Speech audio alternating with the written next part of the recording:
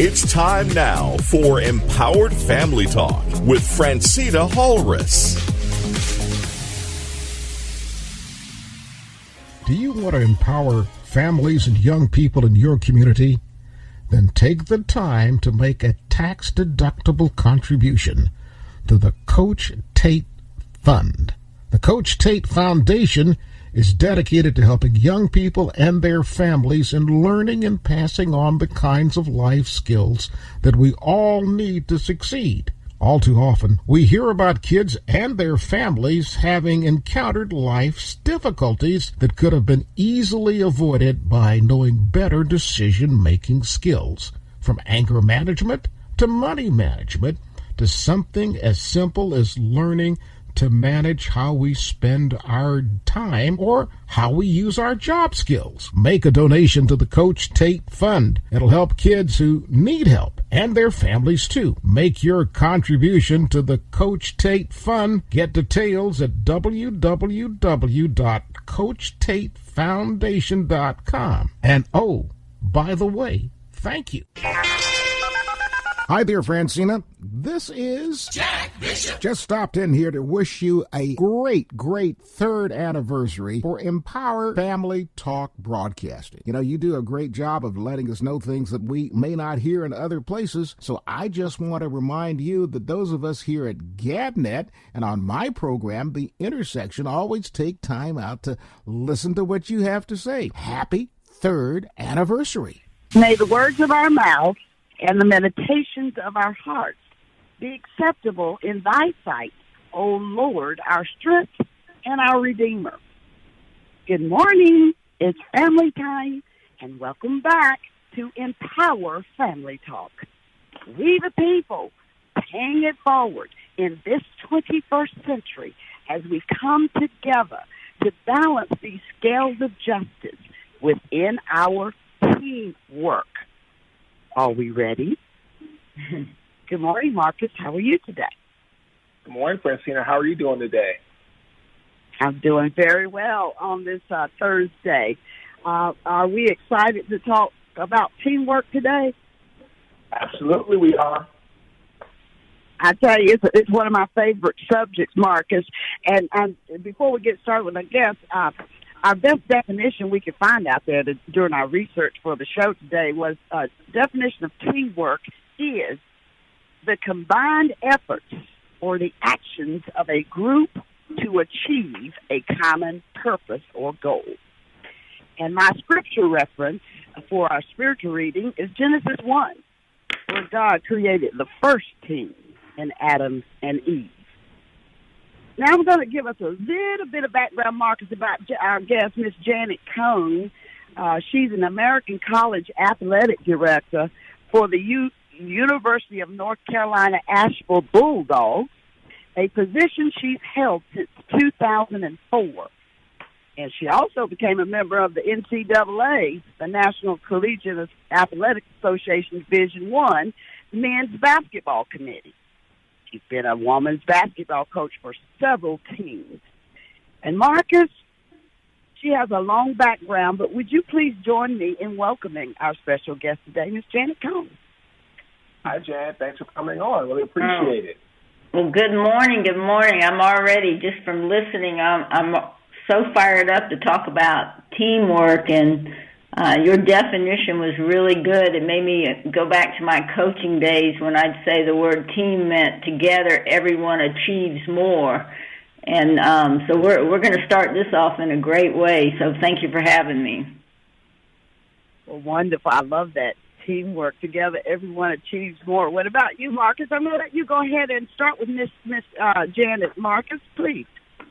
Yeah, Janet, from you being an exceptional, very bright individual who has a very high esteemed, credited record from coaching and being in collegiate sport, what does teamwork mean to you? And again, I mean that is when you see teams at your college playing, and when do you really know that a team is going to do well or has the chance to do well based off the way they kind of have a good teamwork culture or structure within that team for the university?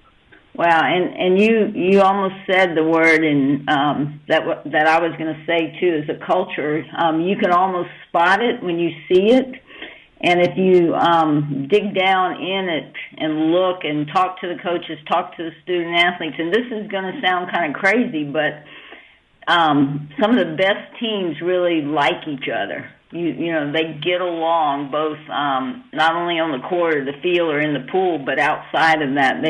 They have this high level of trust, and we talk about it a lot here at UNC Asheville. You know, you've got to earn trust, but trust is one of the most important ingredients to having a great team culture. You have to trust the coaches, you have to trust your teammates, and you also have to trust yourself to do, you know, what you say you're going to do.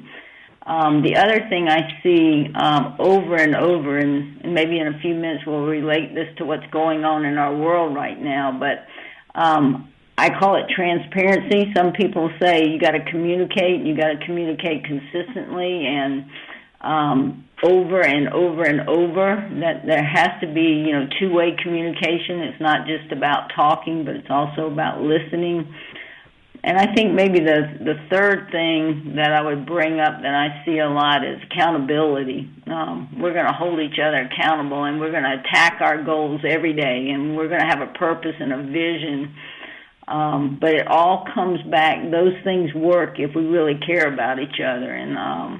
And you know, we're not afraid to say this here at our university. I say it to my coaches and my staff and my student athletes. You know, we love each other. We might not like each other every day because it's hard, but we sincerely care about each other, and I think that's a little bit the warmth that you see sometimes on some of those great teams that learn to work together and really I don't want to always say, you know, winning a trophy or a championship is great.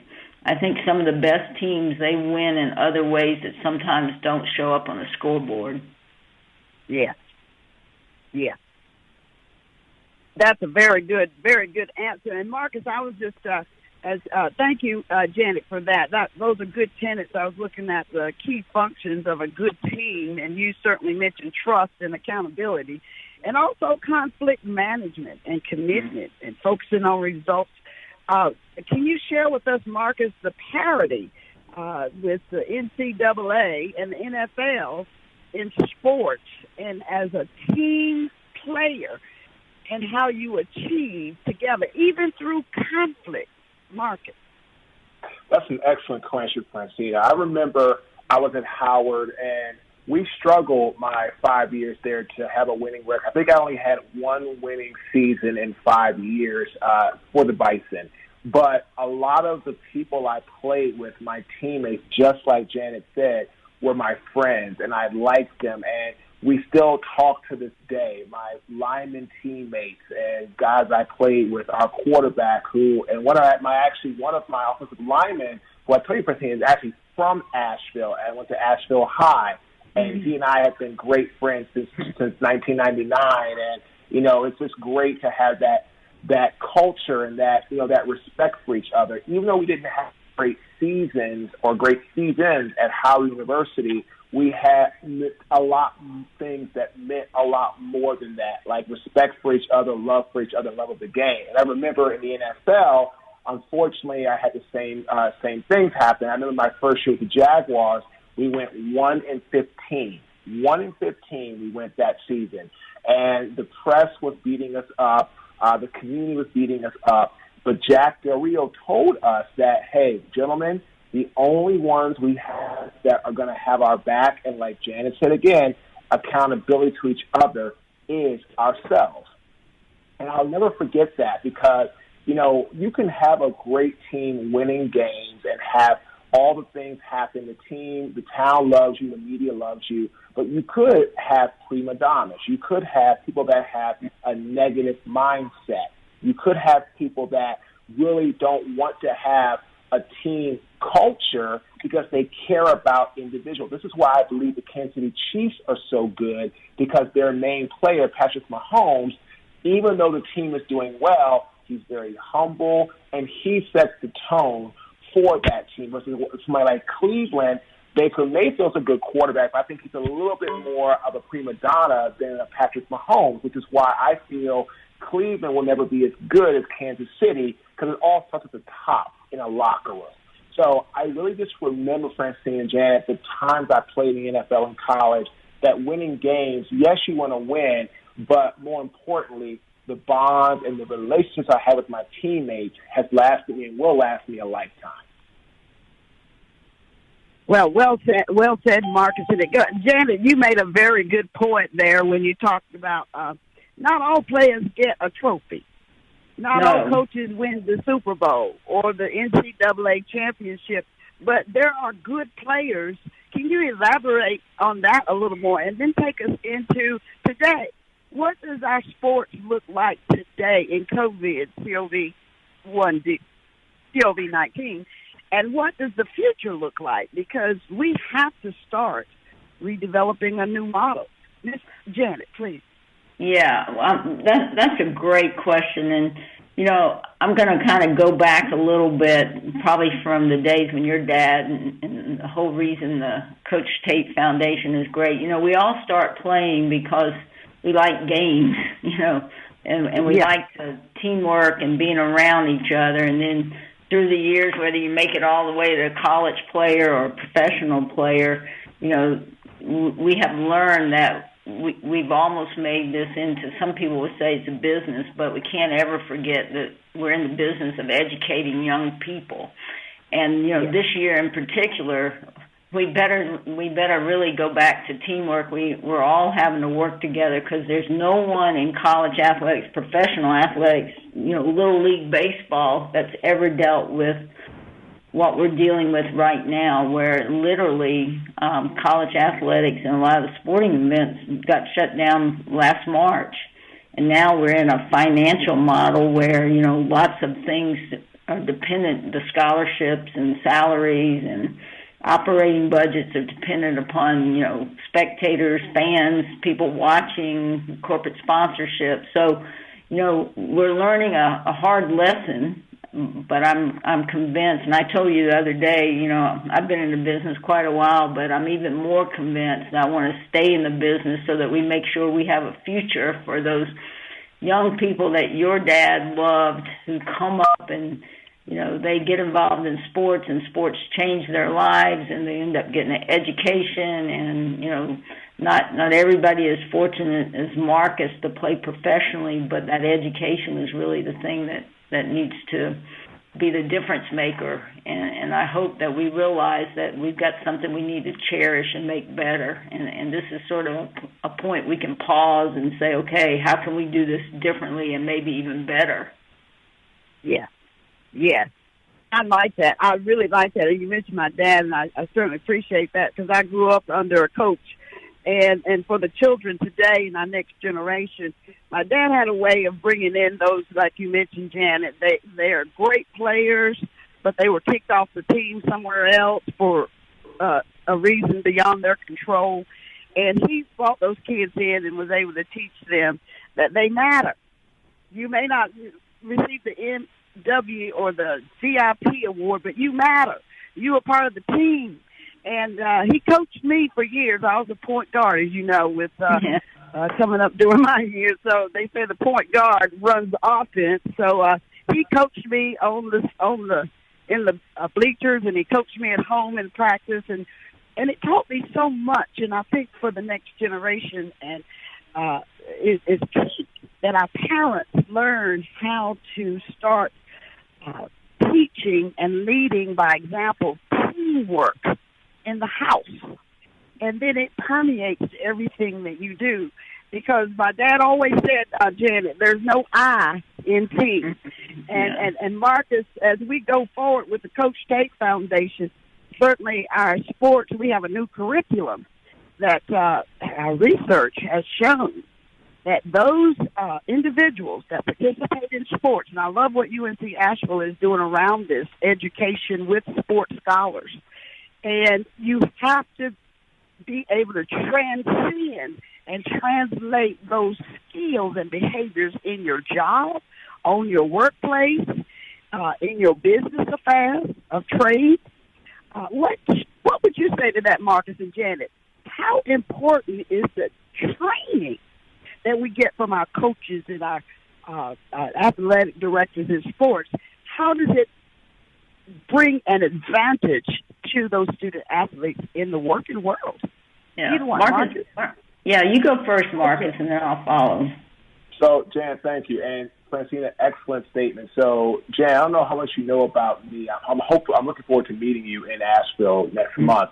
And for me, when I left the NFL, I struggled with transition. I became an alcoholic, a pain pill popping addict. I got into a lot of bad things because I had lost sight of who I was. I had lost my identity. Football was my identity for almost 15 years, and it was gone, and I was not prepared for it. But what I learned from my coaches in high school, college, and the National Football League prepared me to be able to benefit and transition into an 8-figure-a-year construction company owner. I became the largest African-American subcontractor in the city of Baltimore and the state of Maryland for 2 years.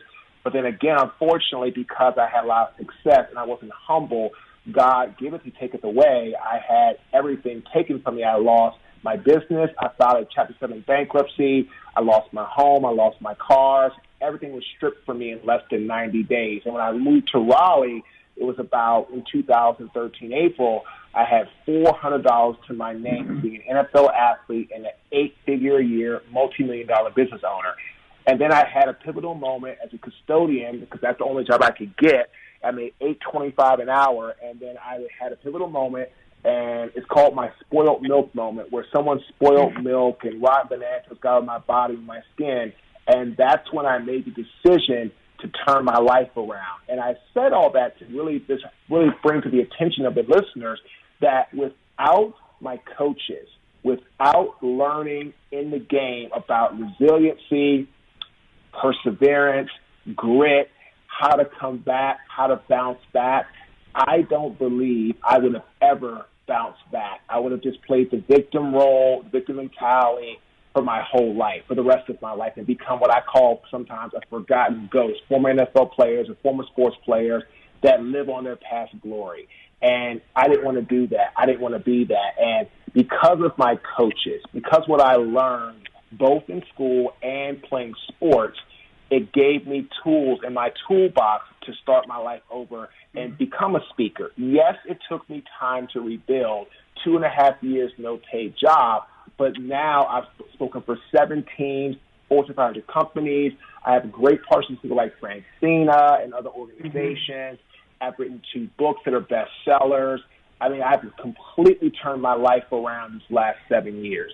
But again, because of what I learned in sports, it gave me the ability to do that, where I think if you people who haven't played sports, who haven't had to go through adversity or overcome challenges or difficult times or the commitment level, they may not understand or even know how to regain their life or bounce back. So that's why I kind of brought that up, because sports gave me a catalyst inside my body and my mind to turn my life around when I really needed to. Wow. Thanks for sharing that. Your coaches are sitting somewhere now smiling because coaches know, good coaches can win championships, but great coaches help young people become great people. And sometimes they don't see it while they're coaching them. It can happen 2 years later, 10 years later, a former student athlete will come back and say, hey, coach, you taught me something. I learned to persevere. I learned to come back. I think one of the other things, Marques, that we're teaching, and for the families out there to understand who want to have children in athletics, we also teach there's consequences, like if you don't practice, or you do some things like you just said, there's consequences to your behavior, but they're not fatal, that you can learn from them and come back is a very important lesson. I tell our Bulldogs here, there's only winning and learning. There's not losing, there's learning. And those, and I call our student athletes, I call them scholar athletes. I said, it's all about you learning and learning to become a champion. And that championship might not be cutting down a net. That championship might be like Marques, 10 years later, 20 years later, just getting everything together they've learned and becoming successful. And probably the thing you said that I love the most, Marques, is you're giving back now. That you're using what you learned to give back to others, and that's a great gift, a fantastic gift to give to others. Yes. I couldn't agree more. Yes, and this is so important because as we look at our situation today, we had leadership in our government, leadership in our community, in our schools. Everyone is looking for a new team. How do we come together and form a new team for a common purpose? And I love what you're doing over there at UNC Asheville, the Bulldogs, Janet, and pulling multicultural talent together in a time such as their dreams seem to be on hold right now. But there's a pathway forward that we're all excited about as we lead by example in the new America. Now, we've got a few minutes left here.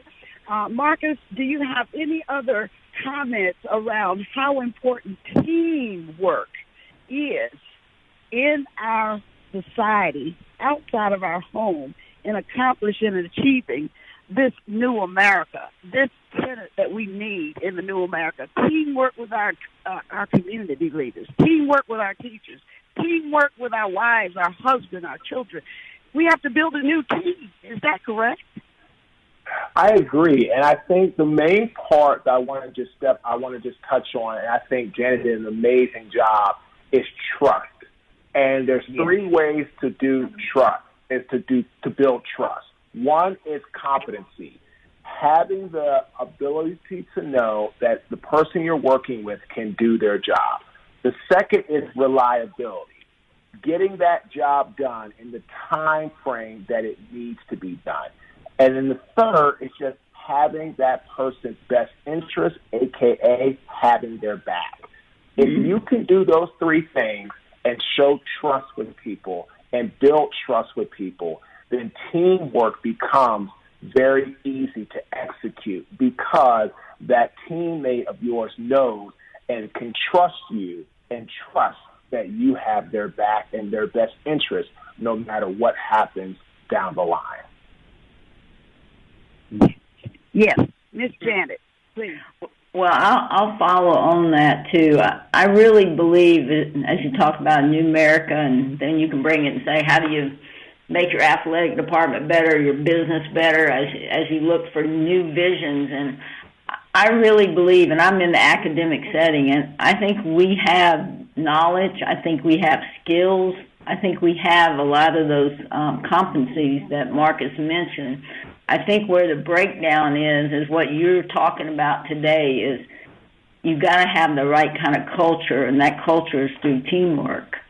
And to get people, and you know, the buzzword is collaboration. I'm like, also known as teamwork, you know, that we learn in athletics. Like, can you put the greater good in front of your own individual good? And that is something that we try to teach through sports. And I think that's what we need right now, whether we're trying to solve the COVID, whether we're, you know, all the things, challenges. I think we have very talented, smart, educated problem solvers out there. I think we have to get better at working together as a team, without a doubt, and put aside some selfish interests. Yes, I so much agree with that, because in our research to both you and Janet and Marques, there were 4 roles of a team, and each individual have different roles that play on the team. There's a leader, there's a facilitator, there's a coach, or a member. And one of those key tenets going forward in our business world and in our workplaces, as you say, on the academic campus or in corporate America, and as we're trying to do business, we've got to form a team with the same goal. As we're in business, and I think this is a key tenet for students today, is no one man is an island.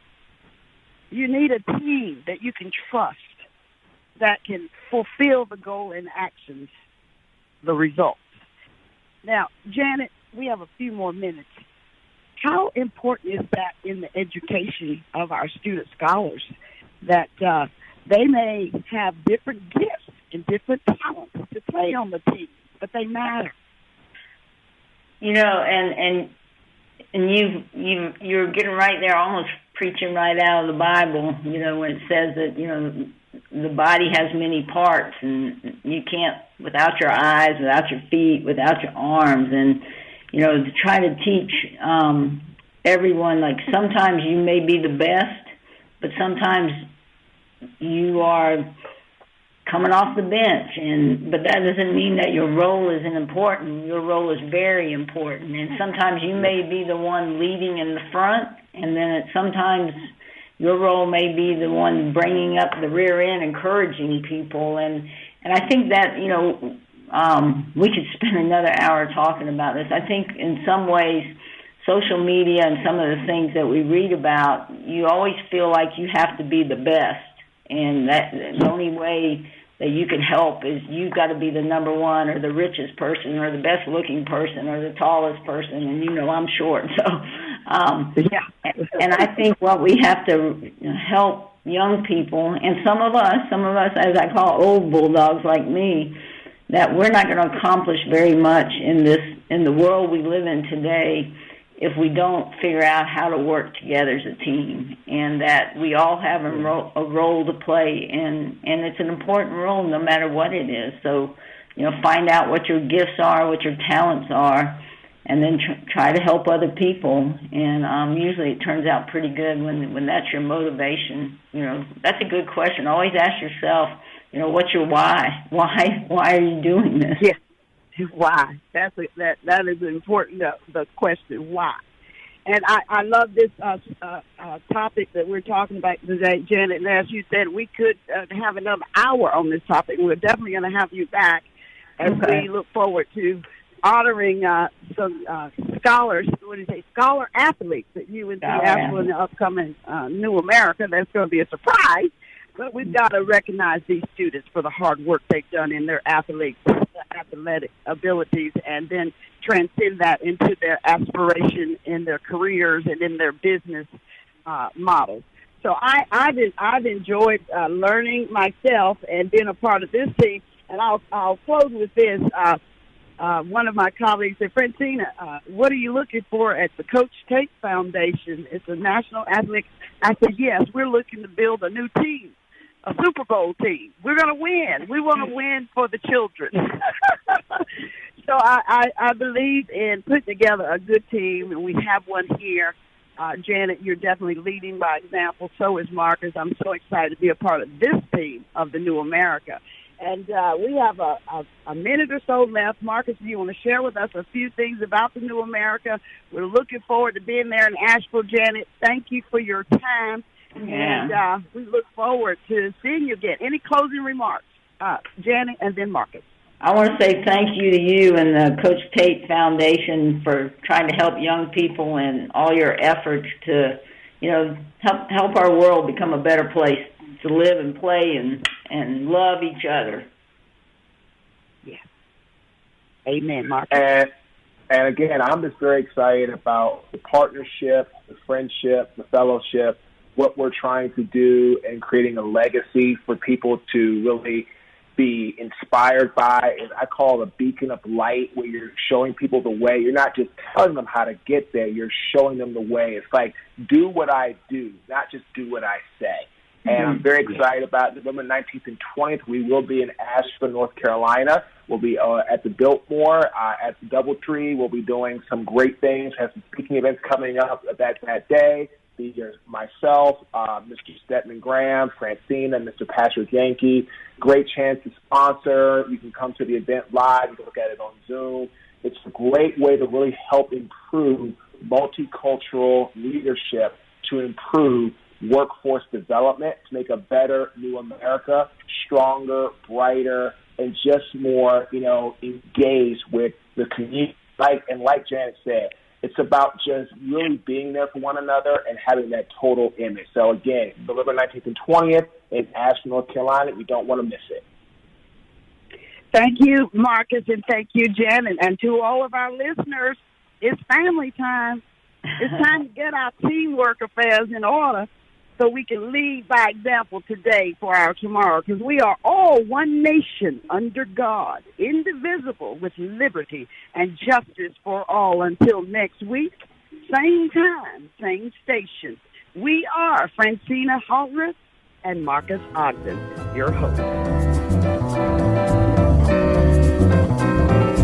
Empower your family with the dynamic new book by Phrantceena Halres, Our Sixth Sense and Purpose, The Power in Knowing Who You Are.